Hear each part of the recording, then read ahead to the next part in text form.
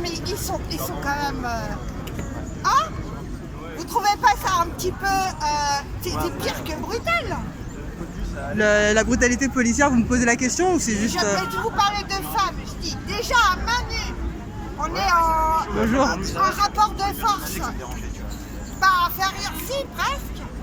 La plupart du temps, sauf s'il y a des gens handicapés, ça arrive. Mais c'est pas qu'ils vous tabassent la gueule parce qu'ils n'y arriveront pas.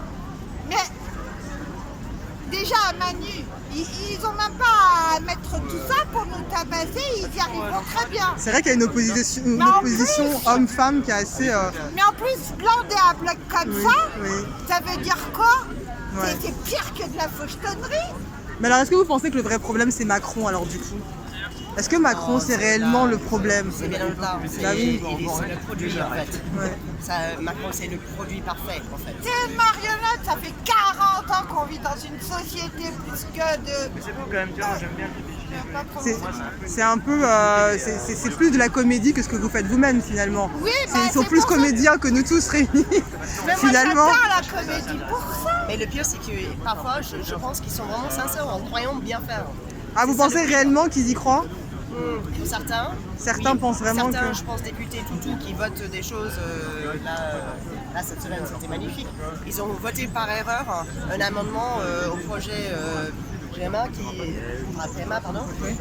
qui était justement une des promesses de campagne de Macron, et que finalement LREM et le gouvernement ont décidé que finalement c'est pas... Ah non. Donc ils ont fait l'erreur. Juste après que Ferrand a fait le vote et entériné.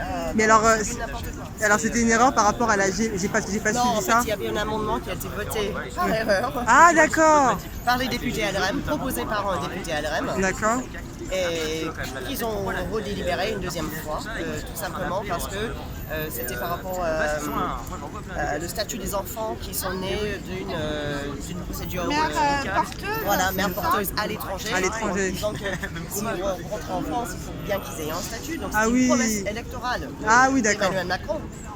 Oui, parce qu'il y a une Ils ont victoire. voté en faveur et là tout d'un coup, on a fait une erreur. Ah oui, d'accord. Alors qu'on avait déjà l'erreur de Ferrand.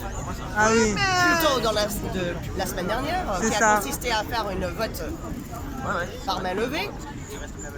Donc en fait, finalement, ils se rendent compte qui que entérine une vote où, là, clairement, dans le champ, en tout cas visuel que nous avons, parce qu'apparemment, on ne filme pas tout l'hémicycle, clairement, il y avait une opposition. Il a entériné l'amendement. En fait, quand j'interviewe pas mal de gens qui sont dans le combat, je me rends compte que ceux qui se rendent compte réellement de ce que fait le gouvernement viennent manifester. C'est à se demander si ceux qui sont contents de Macron sont des gens qui ne regardent pas vraiment ce qui se passe et qui ne se... Êtes engagé comment? Vous êtes engagé? Je suis d'accord avec vous et c'est... Alors, je vais essayer de répondre aux deux questions, je mais... ne sais pas ce qu'il faut faire pour réveiller les gens.